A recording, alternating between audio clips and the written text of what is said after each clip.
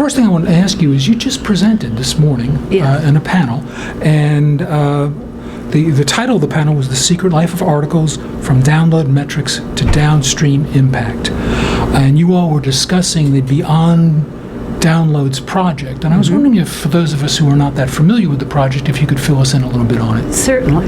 It's a project that we started a little over a year ago, actually, and have concluded the project now, so it was a little bit about a year. And it started because several of us were interested in this idea of what is counter not measuring. Okay. Libraries and publishers have relied on counter reports and using downloads as a measure of impact, as a measure of use, now for 13 years. And it's been wonderful. We didn't have that before. But now we're finding that it doesn't measure everything. And so we wanted to see what exactly is it not measuring? What other use is there of an article after it's downloaded? How do people use it? How do they share it? How much they share, as well as how do they share? And is there any way, ultimately we hope to find, is there any way that you can come up with a number, the magic number, a calculator that says for every download there are an average of 10, 20, 30, whatever that number is, uses or reads of that, so that you can kind of measure impact and value beyond the one download. What methodology did you guys use, and who did you survey, and what was your role? Well, we used several methodologies, and I should say, when I talk about my role, that I really need to credit this big international team. So it was a fun group to work with. It was a team of researchers at Elsevier. It was the cyber research group in the UK, so Anthony Watkinson and Hazel Woodward and David Nicholas were involved in it from the UK through cyber. And then it was University of Tennessee Center for Information and Communication Studies and Counter. So Project Counter was involved from the beginning. Peter Shepard, who just retired last night, in fact, he just retired. He was the team member, and then Lorraine Estelle has taken over and has been involved too. So we had this good group, multinational and different kinds of organizations, peer research organizations, as well as publishers and service organizations. And so working together, we all had the same idea that we wanted answers to these questions, but as far as how we did it, that was pretty much left to the two research organizations. We designed the methodology and weren't directed in how we did the research. The others were interested in the findings and participated in ways we asked them to be, but we designed the methods. And so we used several methods. The first, and Peter Shepard of Counter took responsibility for a lot of this, was to contact various publishers, in particular open access publishers or publishers who do some open access, to see what kind of metrics they collect. Also, he contacted organizations that, like academia.edu, ResearchGate, organizations that are facilitating sharing. Mendeley is owned by Elsevier, so Elsevier got us numbers from Mendeley. So we had ideas and numbers directly from publishers and from social media research sharing kinds of networks. So that was one way. And the main takeaway from that is that there is no consistency. It would be hard for Counter to say this is the way it should be done by everybody, because people are still evolving how they're doing, and there isn't a consistent method. So that does point downstream to something Counter can do. So that was one method, gathering the information that's out there now. The next method was doing interviews and focus groups to find out people's candid opinions about the idea of sharing, as well as some ideas of the words that they might use, so that would help us design the survey instrument, and some attitudes and behaviors, what they're doing now, and kind of helping direct that. So we had 29 participants in the focus groups and interviews, and that was really, really interesting. Then from that, we designed a survey that was an international survey of researchers, and that was to get a much broader picture, to find out, are the behaviors that we heard about in the focus groups, are those typical, and how can they be extrapolated across a larger population of researchers. So that was the next part. And it was the focus groups and surveys that I spoke mostly about here at Charleston. And then the last was to take all of the numbers from the various sources and see if we could come up indeed with a calculator. And Lorraine Estelle of Counter talked a bit about that. And the bottom line of that is a bit premature to do that. You could come up with a calculator, but we wouldn't have real confidence that it would be accurate in a year or in 6 months even. But we did look at that. You mentioned behaviors earlier, and I was wondering, it's obvious that the current citation and download metrics don't seem to reflect what's going on. What behaviors, scholarly behaviors, tipped you off to that? Well, one thing is that not every place, but at a lot of universities, they noticed a start of a leveling off or a decrease in downloading after huge increases. And we knew some that the increases were because more publishers were counter report compliant, so that there was a bigger base. It was, so the increase just showed that there were more things being counted. But also there was an increase. It looked like people were probably saving time finding articles, so they had more time to read. So we were seeing this kind of increase. A lot of universities were beginning to see leveling off of their download metrics, or even downturn on some. We thought, are people reading less? And that's a little dissident. You wouldn't think that would be occurring. And so we wanted to see what it was. But then coupled with that, there was this, I think any scholar, all of us, get every day information from a variety of sharing social networks, and libraries run classes in how to use them, and we know that there is use of them, and we wanted to know how much use, and is there a relationship between use of things that make it easy to share downloaded articles and perhaps a decrease in downloads. What's the relationship between those two things, and how much sharing is actually going on. And that's some of the things that you found out. And that's what we were looking at. And obviously sharing is a big element in all of this, the sharing that's going on. What tools are the scholars using to do the sharing? Well, it's interesting. So you would assume that they're all using Mendeley, academia.edu, ResearchGate, or even Facebook and other kinds of general tools, and they do use those. But by far, the most popular method of sharing is email. So not very revolutionary, but it's convenient. Well, that's the way it's always been, scholar to scholar, right? Email is a one-to-one. Primarily, of course, it can be posted to a listserv or something, but it's right there. It's part of your workflow. It's easy to do. It doesn't take any time. You just do it.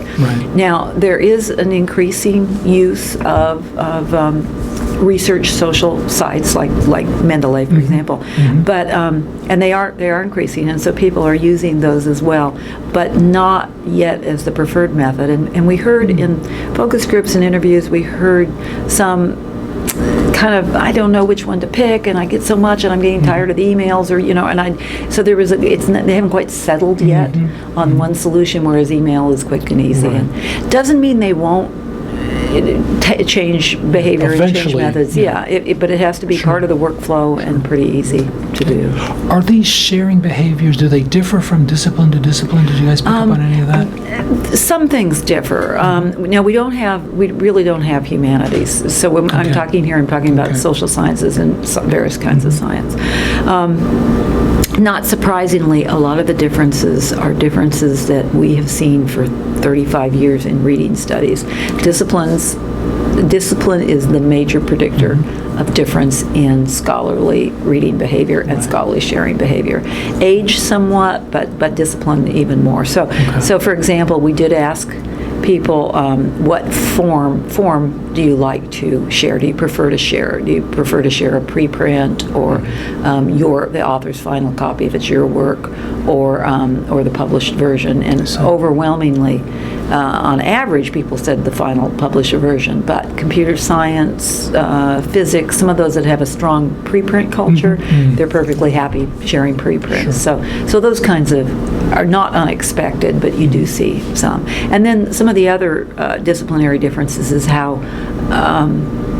how many people in a research group, and our research group's really prevalent. So interdisciplinary sciences are sharing more because people in research groups share more. So a theoretical mathematician shares less and with fewer people than somebody in environmental sciences where it's quite interdisciplinary. Yeah, that makes perfect sense. Yeah.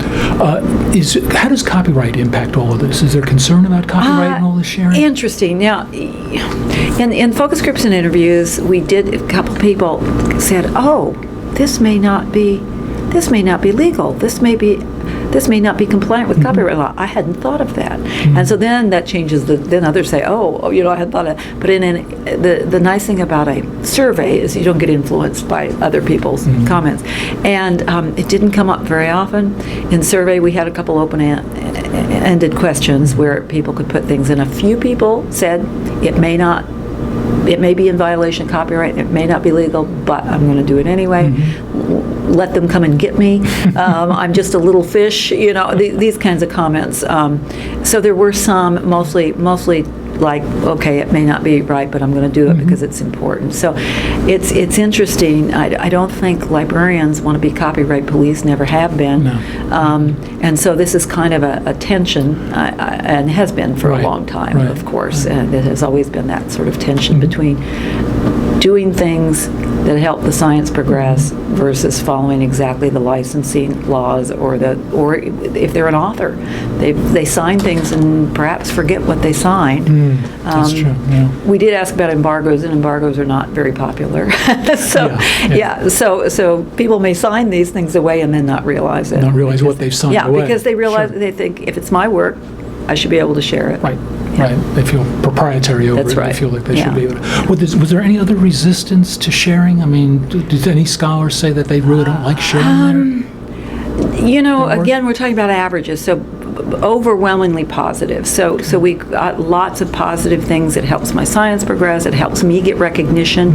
There was another thing that came up again in open-ended comments. Not many people said, but there was this idea that I want to make sure that when other people share my work, that they share the correct citation, so I will get credit for that work. So there is a recognition when their work is being shared, that they want to make sure that whether they share it or somebody else, that they want to make sure that they are credited with that and get cited, because in the academic world, citations are still the coin of the realm, and they want to make sure that they get credit. That makes sense. So that was a negative only in the sense that it speaks to the method or the mechanics of sharing. Right. Not the fact or act of sharing itself. As far as the actual metrics, what are the most effective metrics that are measuring this sharing from your research? Yeah, so right now, if people are sharing via email, there's really no way. You can't, and we found, 70 to 80% of the respondents said that that's their favorite method. And so you can't really capture that, other than you could derive a number. You could do a survey occasionally and then come up with an average, and you could derive a number, plus or minus 5. So the bulk of sharing right now we really can't capture. There are several initiatives underway that will make capturing that sharing number easier. One, Crossref and Encounter are working together to trace through the system, through the ether, DOIs. And so if you can just capture DOIs, and you can do that. If people do turn to research sharing networks more, they can capture. So Mendeley and Academia.edu and ResearchGate, that one of the nice things about those kinds of formal systems is that they can capture the amount of sharing. And some benefits of that, sometimes people say, oh, they're going to be following what I'm doing. Well, Google follows what we do in the sense too. But some nice things about that is that it measures the value or the use. The other is that it can help improve systems by looking at patterns of sharing. But of course there are some negatives about that. That means that somebody's capturing use, but downloads do that too. So the idea is to keep it as anonymous as possible. So what I'm hearing, there's really no ideal way to measure the sharing usage. Not right now. And I guess my follow-up question to that is, do you think your research and other research that's being done in this area will eventually lead to a model that we can rely on? I think so. So part of it's behavioral, and we can't really.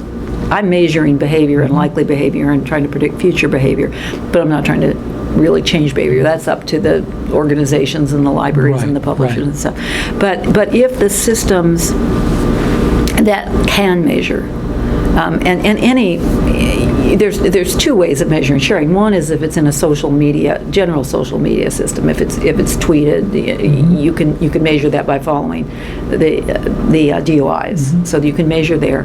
If it's within a research wall sharing service like academia.edu or Mendeley, you can measure there.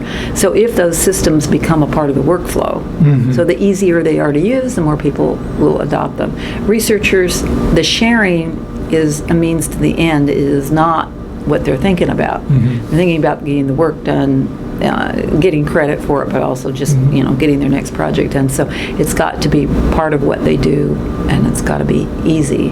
Right. So I hope that the research we do helps drive system development to make that happen, and also perhaps educational programs and libraries, making people aware of things, and then publishing systems, making it easier, or organizations like Counter and Crossref. So I think they're taking those kinds of results and developing systems that they think will be easier to use. Is there any way these metrics fit into the more traditional metrics like ISI's impact factor? Does that? Yes, absolutely, because here we're talking about sharing published work. Now there's a whole other thing you could think about is sharing ideas and sharing non-published work, but really what we're looking at here is these things are published, and then what happens to them once you download them. And of course, the more people they're shared with, the more scholars that read them, the more likely they are to cite them. So it should eventually drive citations up. So sharing is a positive behavior on lots of levels, because it does drive citations up, which drives all those metrics, and it helps scholarship. So it's a positive thing. People feel good about it. It's mechanically now it's getting easier to do, and systems need to make it easier to do in ways that it can be captured if we want to measure sharing. What conclusions should libraries draw from your findings, and how do you think your findings will eventually impact library services? Well, it's interesting. I got a really good question at my session today from a librarian who says, I don't know if I want to know about this, that we use download metrics to help drive our collection development and our decision about what we purchase and what we license, and I don't know if I want to know what happens afterwards. And I thought it was a really good question, because I mean that's a first reaction is one, I've got the information I need, and I don't want to know if somebody's violating my license or my copyright. I see that, we really don't want to know that.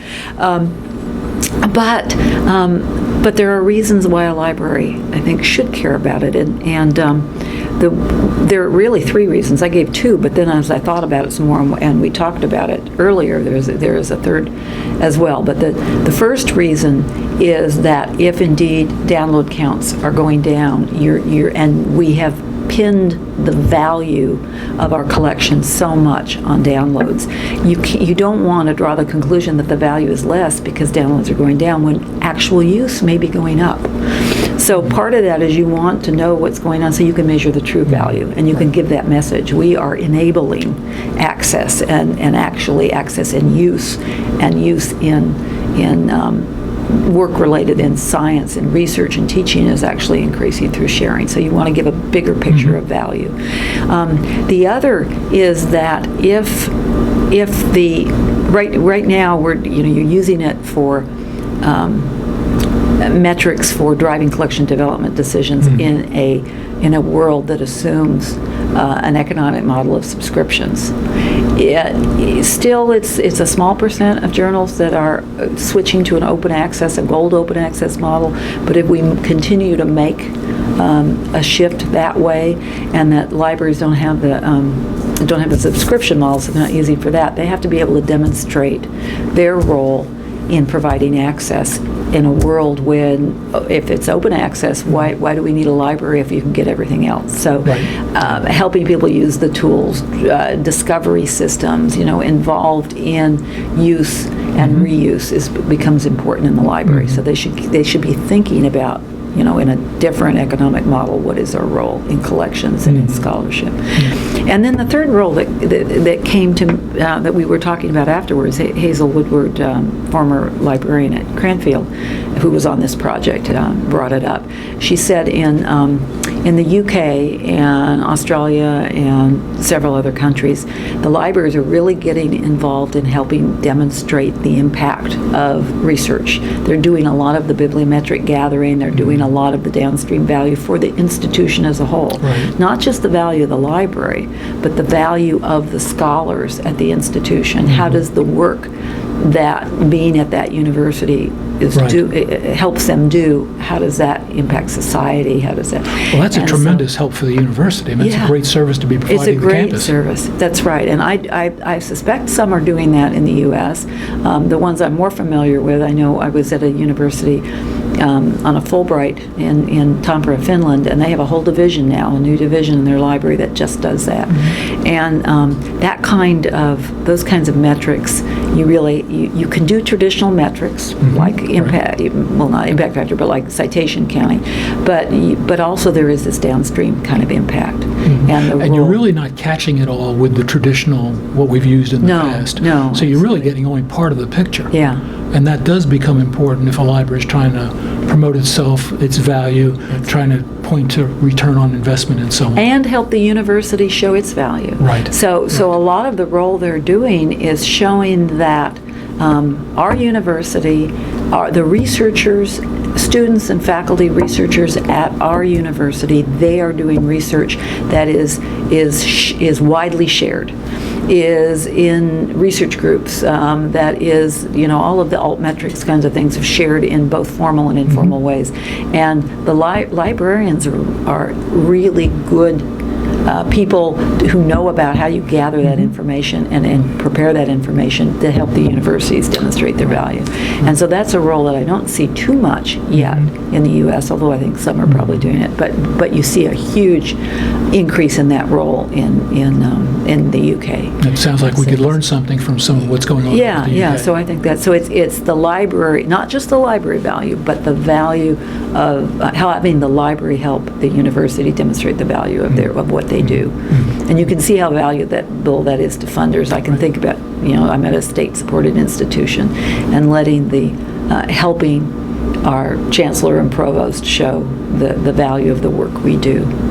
And sharing is part of that, because it's reach, it's how much particular individual or faculty member, how much their work is shared, and it goes beyond citations.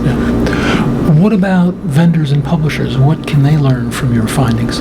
Well, certainly, again, this is a project that included from the beginning publishers and widely Counter and Elsevier as partners, because they're very interested in not only facilitating. So from Counter's perspective, is there a standard that can be made that we can ensure that publishers follow so that this can be followed? So they're interested in it from a standpoint of how do we facilitate? How do we facilitate the idea of sharing beyond? And what are we doing now that is missing out on some of this? So anybody who's interested in metrics, so that includes Crossref, it includes DataCite, it includes Counter, includes a large variety of, you might call vendors or metrics kind of organizations. Publishers and organizations that are developing systems that facilitate sharing. I would hope that it would help them build in the kinds of system features that facilitate sharing, also influence policies, so that recognizing that sharing is a natural part of scholarship, and see within the constraints of what they have to do in their funding model, and that's their business, not my business. I provide them with the information to use, but how can you make something work that makes you an integral part of scholarship in a way that you can see what's going on, and but not inhibit that kind of behavior. So I think that lots of publishers are interested in doing that, and not just the traditional big publishers, but also the organizations that are developing sharing systems. Are there any other takeaways that you can point to in the research? It's interesting. Every time you do a study like this, there's 10 other research questions you think of. So one takeaway is we really, it's kind of early days. We know sharing's happening. We know it's going to increase. We know there's some confusion out there of choices. So the reason email comes out on top is just because it's easy, and the others I'm not, are kind of spread. So a takeaway is really that it is early days. We need to continue to see what people are doing. But I think the main takeaway is that